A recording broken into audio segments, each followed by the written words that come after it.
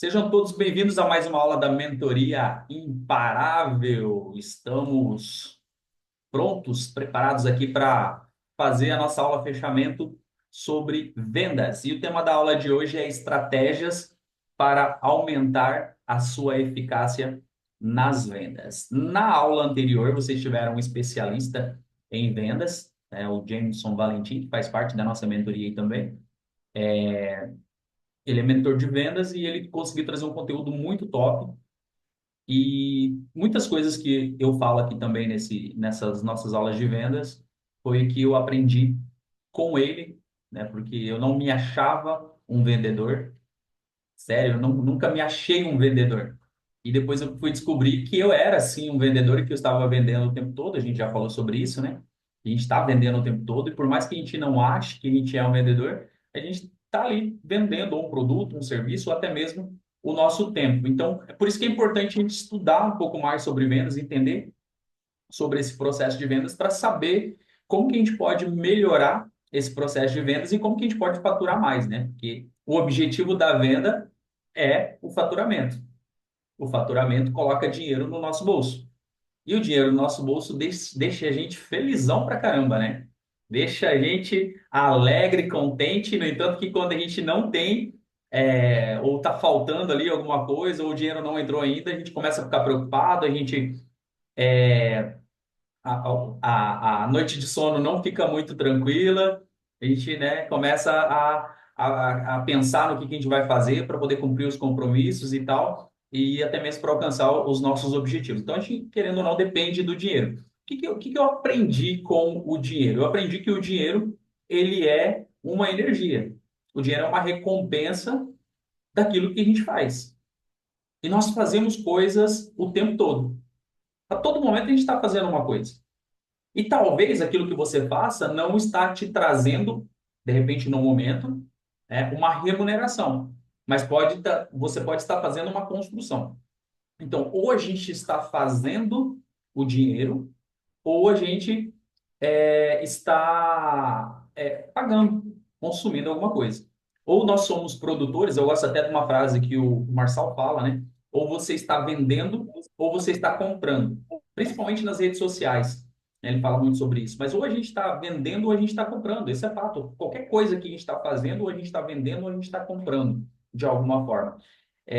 Outra frase que eu escuto bastante, assim, talvez vocês já escutaram, é que não existe almoço grátis. Não existe almoço grátis. Alguém tem que estar pagando. Ah, mas eu não paguei. Ok, você não pagou, mas alguém pagou. Então, tudo envolve dinheiro, tudo envolve recurso, tudo envolve alguma coisa. Então, por isso que a gente precisa aprender esse processo de venda, entender desse processo de vendas, para que a gente possa melhorar essa energia chamada dinheiro, né? Ou atrair essa energia chamada dinheiro, porque é ele que vai fazer com que a gente consiga cumprir os nossos objetivos. Então, hoje, na aula, eu quero falar sobre essas estratégias para a gente aumentar a eficácia da venda, porque a gente já falou sobre o processo de vendas, a gente já teve dicas importantes sobre a venda e, como eu disse, talvez você não tenha um produto, talvez você não tenha um serviço, mas você está vendendo o seu tempo. E como que você pode fazer, de repente, para poder melhorar esse faturamento do tempo que você está vendendo? Valorizando mais. Por exemplo, eu já conversei com pessoas que trabalhavam com organização, né? Inclusive tem uma pessoa na mentoria que ela trabalha com organização. Hoje ela se posiciona como organização, mas antes não era, né? E que ela cobrava uma diária muito barata, com medo de ficar sem serviço, com medo de não ter a recorrência daquele serviço. Então ela preferia colocar um valor mais barato e as pessoas pagavam aquele valor mais barato, só que ela ficava sobrecarregada pelo nível de exigência que ela tinha, pelo serviço que ela entregava, um serviço de qualidade com um valor muito abaixo do mercado. Então, o que que acontece? Geralmente, quando a gente vai comprar um serviço ou um produto de qualidade, ele custa mais caro ou custa mais barato? Um serviço de qualidade ou um produto de qualidade. Ele é mais caro ou ele é mais barato? Fala para mim.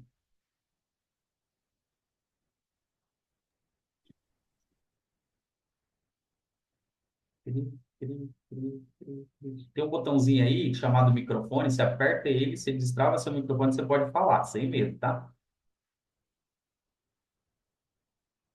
Vocês estão me ouvindo? Meu áudio está funcionando aí? Nil, pode repetir, por favor? Quando você compra um produto ou um serviço de qualidade, o melhor, ele é mais caro ou ele é mais barato? Sai mais barato, né? Sai mais Comprar uma barato? coisa boa. E, É caro, só que é aquela coisa, o barato sai caro depois. sim, mas nós pagamos. Por exemplo, você vai no mercado, você quer um produto de uma marca melhor, e você sabe que tem qualidade e tal. Você paga mais caro ou você paga mais barato? Eu entendi o que você quis Mais dizer, caro. né? Mas Paga no mais caro, preço, paga mais caro. Paga mais caro. o produto que tem qualidade, ele é mais caro. Então, como no exemplo que eu falei aqui, né? A pessoa estava oferecendo um serviço de qualidade, porém ela estava cobrando barato. Quando alguém oferece para você um produto de qualidade por um preço abaixo do mercado, o que acontece? Que você olha e fala Desconfio. assim, você acredita na oferta ou não?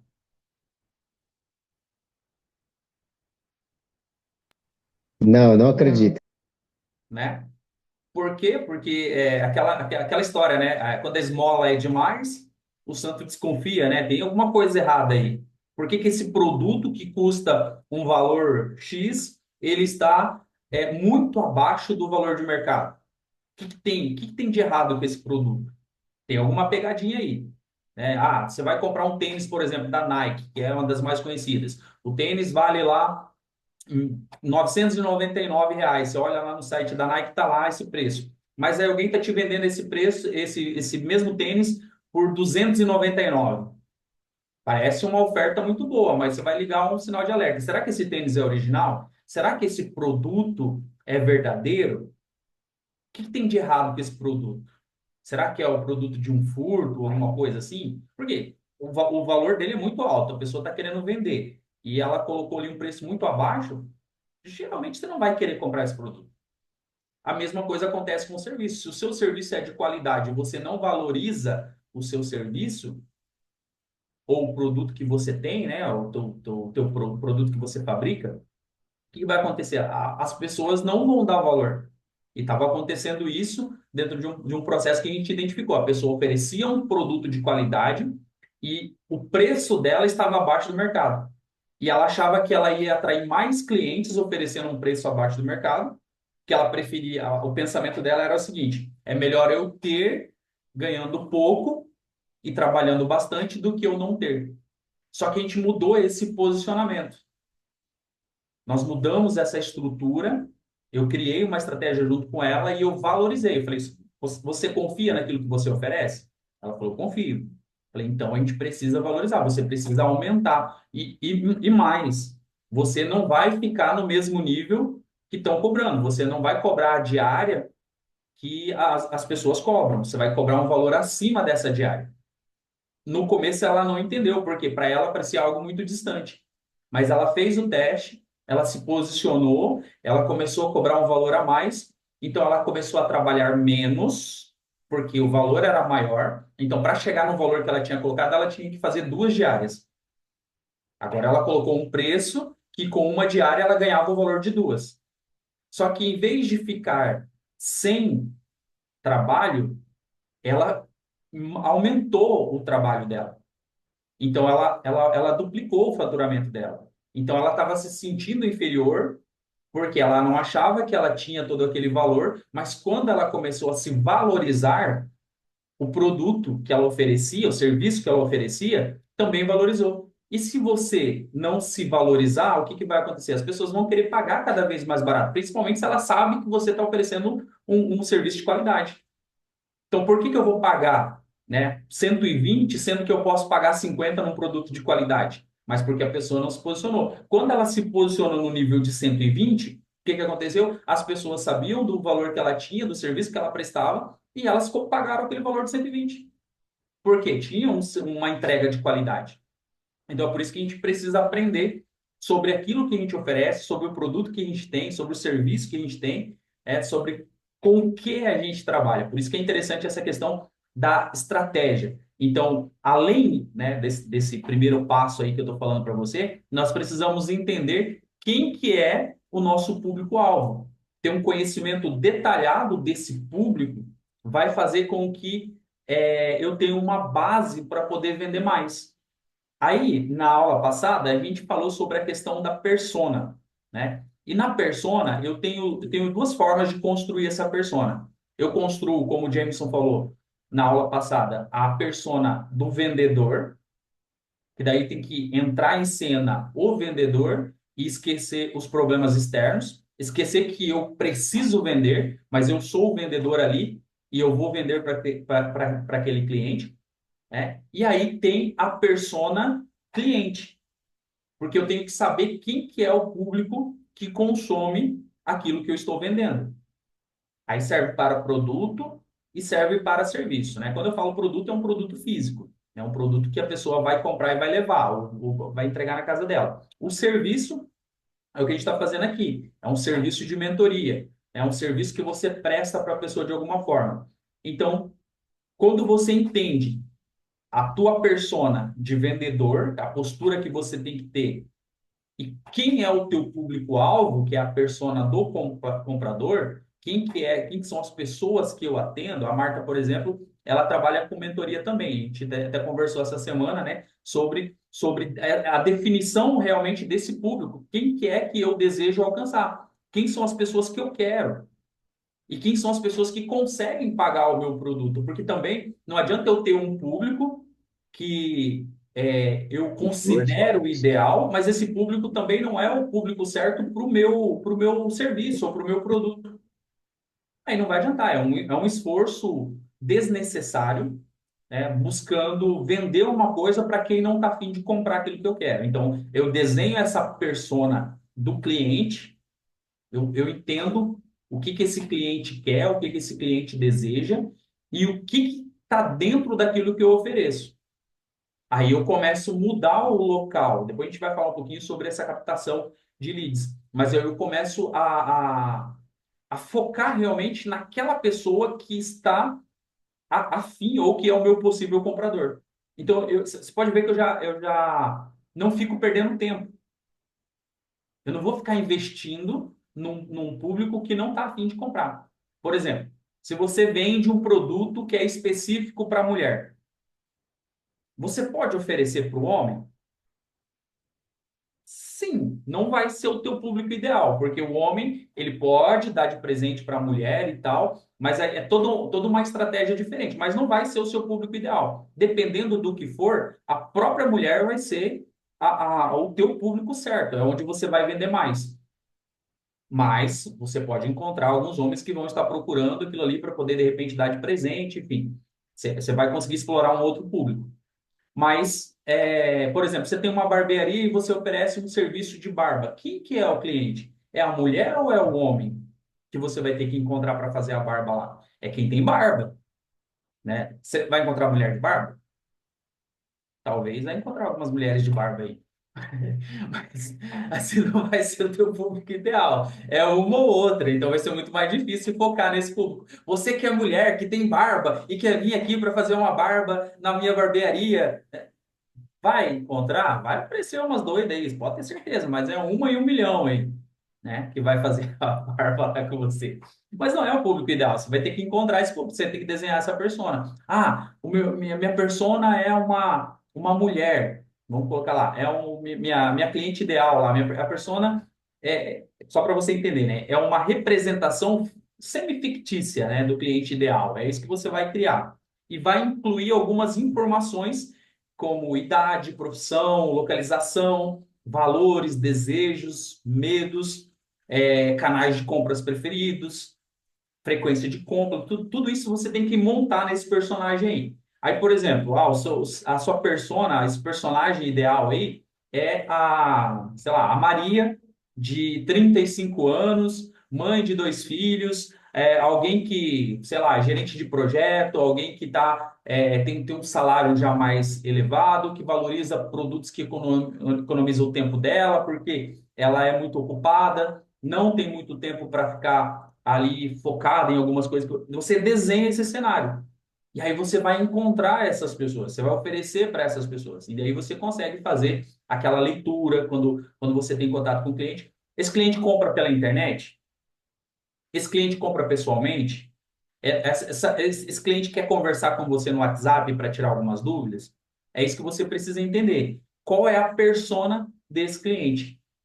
Como que esse cliente se comporta?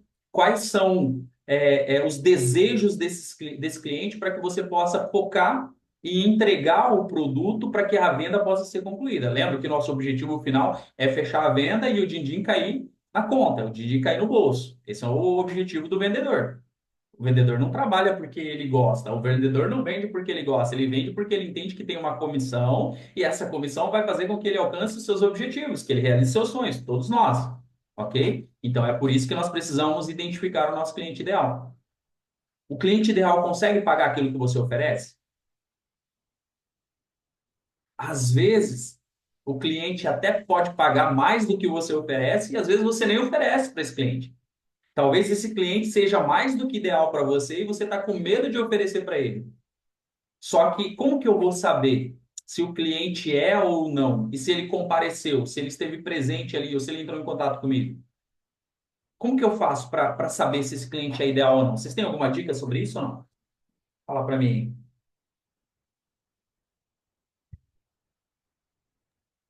Fazendo pergunta, oferecendo. Fazendo perguntas. Participou do GPS, né? Participou do GPS. Vocês de Madrid não tiveram essa parte do GPS, viu? A parte das perguntas no GPS vocês não tiveram. Mas no próximo vocês vão ter. Próximo teremos. No próximo vocês vão ter. Tem uma parte dentro do método GPS que a gente faz uma brincadeira lá de só perguntas e eu falo sobre isso. É que a gente precisa aprender a fazer perguntas. E existem perguntas poderosas. É o PP, perguntas poderosas. Nós precisamos aprender a fazer perguntas. O vendedor precisa aprender a fazer perguntas. Você pode fazer perguntas para você mesmo, ou você pode fazer perguntas diretamente para o cliente.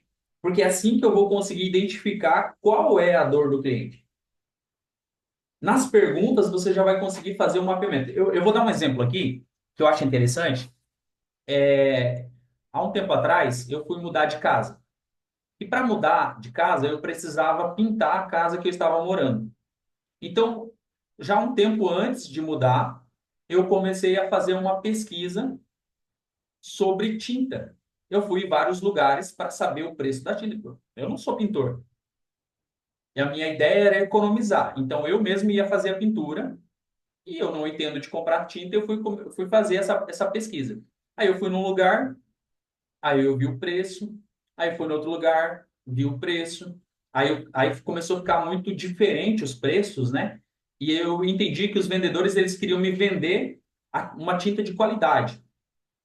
E o meu objetivo naquele momento não era uma tinta de qualidade, porque era para um ambiente interno. Então era só para cobrir mancha, sujeira, umas coisas ali para eu poder entregar a casa, mais ou menos da forma que eu tinha recebido a casa. Então eu não precisava de um produto de qualidade que fosse durar anos e anos. Não, eu precisava cumprir com o que estava no contrato ali. Então eu precisava de um produto bom, mas que fosse barato também, que coubesse dentro do orçamento.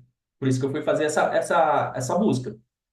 E eu visitei vários lugares e ninguém conseguiu me vender. Porque né, nesse momento, eu não sabia o que que era e o que que não era. E quando eu comecei a ver essa diferença de preço, que não era um padrão ali, era uma coisa muito fora, o que que aconteceu? Eu falei, não, tem alguma coisa de errado, eu preciso saber qual que é. E eu fui num determinado lugar e o cara era vendedor e o cara foi me atender. Quando eu falei sobre tinta, o que que esse cara fez? Ele usou as perguntas poderosas. Ele começou a me fazer perguntas. E nenhum dos outros lugares tinha me feito pergunta. Esse cara começou me perguntando. Ele falou assim: Você está entrando ou você está saindo da casa? Eu falei: Opa, olha só, olha que interessante. Eu falei: Estou saindo. Ele falou, né? Então você não está querendo uma tinta de qualidade, uma coisa que vai durar muito tempo, né? Eu falei para ele, não, eu quero uma coisa para poder passar na interna, né? E eu preciso fazer esse processo de entregar a casa. Aí ele foi eliminando as tintas mais caras né, as tintas de mais qualidade, e foi me oferecendo alguns serviços. Ele falou assim, ó, eu acredito que você também não quer um produto inferior, né? Eu acho que você quer alguma coisa meio termo. Eu falei, exatamente. Por quê? Precisava render, né? Então, não adiantava comprar um produto como vocês falaram ali, né? A Elizabeth falou, né? O barato às vezes sai caro. Então, não podia ser uma coisa barato demais que eu teria que comprar mais para poder passar, para poder... e tinha que ser uma coisa intermediária, que não fosse tão caro, mas também que não ficasse feio. E aí ele foi fazendo essas perguntas poderosas e ele chegou num ponto. Ele falou assim, ó, eu tenho duas marcas aqui que eu posso te oferecer que vai suprir as suas necessidades e que estava dentro do meu orçamento e muito melhor até do que tinham me oferecido. E aí ele começou a me falar. E aí eu achei que eu precisava de outras coisas junto com a tinta, e aí ele começou a me dar dica de coisas que eu poderia comprar mais barato ou que eu tinha em casa que ia me ajudar nesse processo. Resumindo, eu comprei tudo que eu precisava dele para poder fazer lá na casa, porque ele soube o que eu precisava e ele me orientou dentro daquilo que eu precisava, porque eu não era especialista naquilo que eu estava fazendo. Mas olha como que essa pergunta poderosa pode ajudar ele, ou ajudou ele naquele momento, a direcionar o produto. Ele não foi o vendedor, igual aos outros, que queria vender o produto mais caro, porque os outros queriam vender o mais caro e acabaram não vendendo nenhum. E ele já nem ofereceu mais caro, sabe por quê? Porque ele entendeu quem que era o cliente que estava na frente dele. Que é o que a gente estava falando da persona. Ele entendeu que o cliente que estava na frente dele não queria um produto de qualidade, né, dos mais tops, mas também não queria um produto inferior. E aí ele chegou num ponto de que dos produtos que ele tinha e que ele podia oferecer. E aí ele conseguiu fechar a venda porque ele soube usar as perguntas poderosas e ele identificou quem que era a persona que estava na frente dele, que era alguém que não conhecia do que estava fazendo, que precisava de orientação, que queria um produto que não fosse de qualidade, mas também não fosse inferior, que é alguma coisa que pudesse deixar o ambiente lá legal e que não precisasse de duração, que não ia precisar daquilo por muito tempo. É diferente de uma tinta externa, que precisa de duração, né? Então, ele conseguiu vender, porque ele soube fazer as perguntas poderosas. Então, a Marta falou ali de fazer perguntas, é um dos pontos mais importantes nessa primeira parte para você identificar qual que é a persona, qual que é o cliente que você tem ali para poder atender ou qual que é o seu cliente ideal. O segundo ponto é uma proposta de valor clara e impactante, uma proposta de valor que seja forte, seja diferenciada, que mostre o diferencial do seu produto ou do seu serviço, e que conecte o cliente emocionalmente com a solução.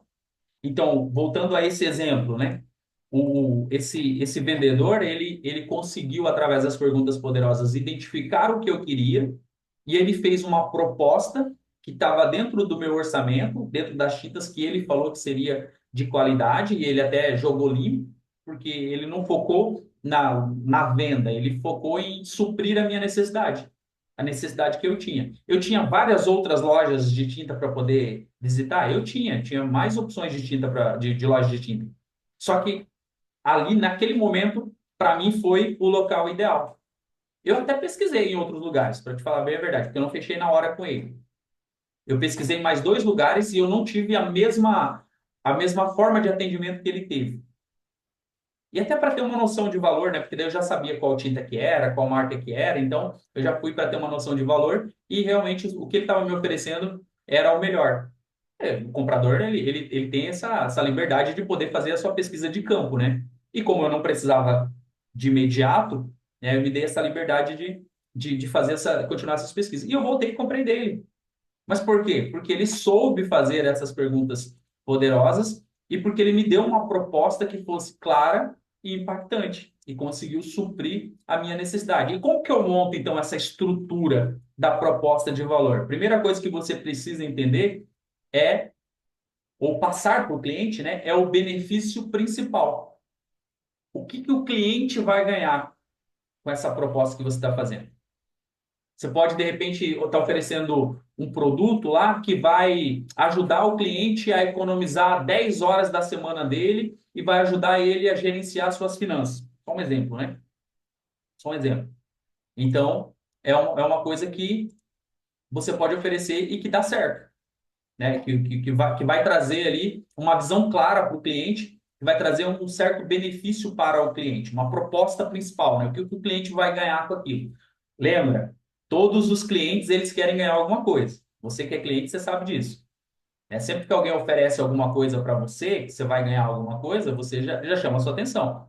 Então, o que que o cliente vai ganhar? Outra coisa, uma prova de impacto, né? Depoimentos, pessoas que possam afirmar. Se a pessoa for relevante, se for um artista, muitas empresas utilizam, né, o marketing ali relacionado com artistas, né? Pessoas falando sobre o benefício que teve em relação àquilo ali. Tudo isso traz esse benefício para que o cliente possa fechar ali a venda ou possa ser impactado, né? Ou, por exemplo, você pode falar assim, mais de 5.000 empresas reduziram seus custos ou fizeram ou receberam tal benefício por estar aqui com a gente. É uma forma. Né? Quem é mentor pode falar assim, não, já tive centenas de alunos que tiveram resultado. Aí, se você tem um aluno que fez o depoimento para você lá, fica muito mais fácil. Ou fazer uma oferta única no mercado, né? Qual que é o diferencial? É o suporte 24 horas, sei lá, 7 dias se você não gostar, eu devolvo o seu dinheiro, acesso vitalício. Sempre tem que ter benefício dentro daquilo que você está fazendo. O cliente tem que sentir que ele tem um benefício naquilo que ele está fazendo. Beleza? Outra coisa, é o foco no cliente e não no produto, tá? Então, o foco sempre vai ser o cliente. O cliente vai se beneficiar no quê? Eu vou ter. Eu tô com um computador aqui, ele não vai travar. Ou eu tô com um celular aqui, esse celular não vai ficar com a memória cheia porque ele tem uma capacidade de armazenamento muito grande. O que que o cliente vai ganhar sempre? Qual que é o benefício que ele vai ter? O que que vai facilitar a vida dele naquilo que você está oferecendo? A marca, por exemplo, hoje trabalha com Instagram, redes sociais. Muitos clientes dela têm dificuldade em trabalhar com as redes sociais. Então, qual que é o benefício? É atrair mais público, é vender mais através das redes sociais, é um posicionamento. Então, tem uma série de benefícios que a pessoa, sabendo gerenciar suas redes sociais ou tendo alguém que possa fazer isso com ela ou por ela, vai ajudar ela a crescer dentro daquilo que ela faz. Então, sempre tem que ter um benefício. O cliente tem que sair da venda ali sabendo que ele vai ser beneficiado em alguma coisa que você está oferecendo ali para ele. O teu produto, o teu serviço tem que ser atrativo nesse ponto. O nosso terceiro ponto é aperfeiçoar a sua comunicação. Então, lembra, você identificou o cliente ideal lá, compreendeu o seu público-alvo, aí você cria uma oferta impactante que vai beneficiar o cliente e você vai ter que aperfeiçoar a sua comunicação. Por quê? Porque a comunicação, ela é a ponte entre entender o cliente e convencer o cliente. Então, ter uma abordagem assertiva e e empática vai construir essa confiança. Então, aprenda a escutar, faça as perguntas poderosas, mas não interrompa o cliente, deixa ele falar aquilo que você precisa, faça as perguntas pontuais para que você possa extrair o máximo de informação, mas deixe ele falar. Mas o cliente vai contar história. Então, aquele cliente precisa contar uma história, você vai ter que entender a história dele para você oferecer o produto ou serviço. Você vai ter que deixar ele falar, você tem que oferecer a escutativa. Tá vendo que está indo para um lado que você não gostaria. Então, vai trazendo a sua conversa para o lado que você gostaria. Use frases de confirmação, né? Entendi o que você veio buscar. Aqui tem maior praticidade, esse produto aqui. Vai usando frases assim que vão impactando, vão confirmando aquilo que ele está buscando, e vai fazendo ali as perguntas poderosas para você extrair o máximo de informação possível. E aí crie, até na aula passada a gente falou, o James falou sobre isso, né? Criar histórias ou pontos de conexões, né? Coisas que você vai conectar com o cliente ali, vai fazer com que ele fique mais à vontade com você dentro desses pontos de conexão. Evita assuntos como religião, política, futebol, essas coisas que, aí, em vez de atrair... Futebol até é mais fácil. Você identificou que o cliente chegou com a camisa do time lá, Você pode, de repente, criar um ponto de conexão ali, falando do time, falando do jogo, né, do time dele, de repente pode ser um ponto de conexão. Nunca diminuir o cliente, né? Ou o time dele, ou o que ele faz, sempre usar isso como um ponto de conexão. Por exemplo, você viu o cara lá com a camisa do Botafogo, né? Fala, poxa, o Botafogo estava na liderança, será que vai perder o campeonato de novo?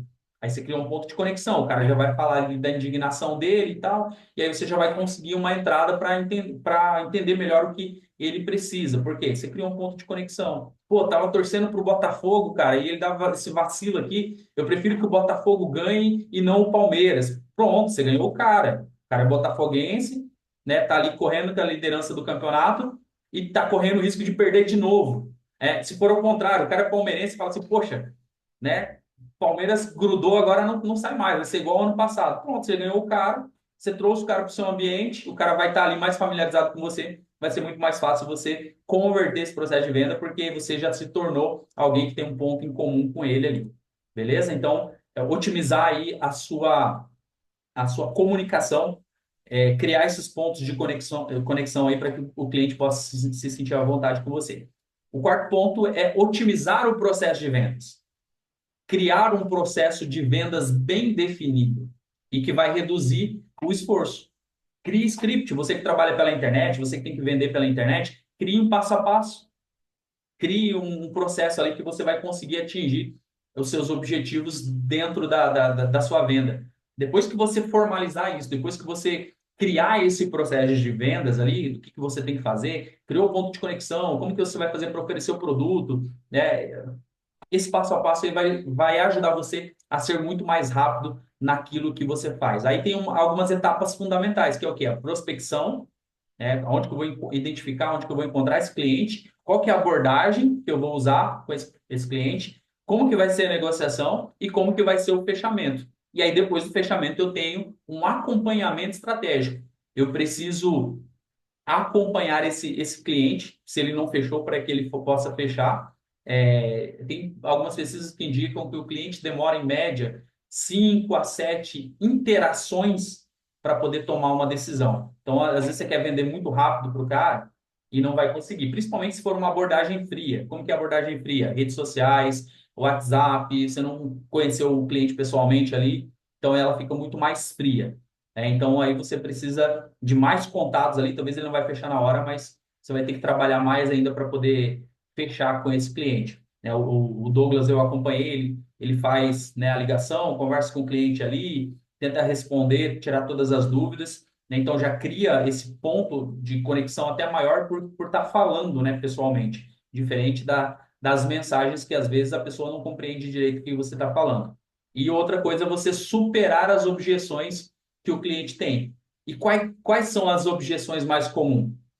Preço, a confiança no produto, são as principais ali. Então, geralmente, o cliente está interessado, mas ele quer saber se é caro, se é barato. Às vezes, ele já está perguntando o preço sem saber o valor. O bom vendedor, ele vai falar o valor antes de falar o preço e vai trazer um processo de confiança, né, no produto, para que depois ele possa fazer a venda. E aí você vai entrar num processo de aumentar a persuasão da sua técnica de venda. Por quê? Você vai treinar, treinar, treinar, treinar e vai usar todos os recursos que você tem, todas as estratégias que você tem para que você possa converter isso em venda. Dúvidas, perguntas? Alguma coisa sobre esse processo de vendas?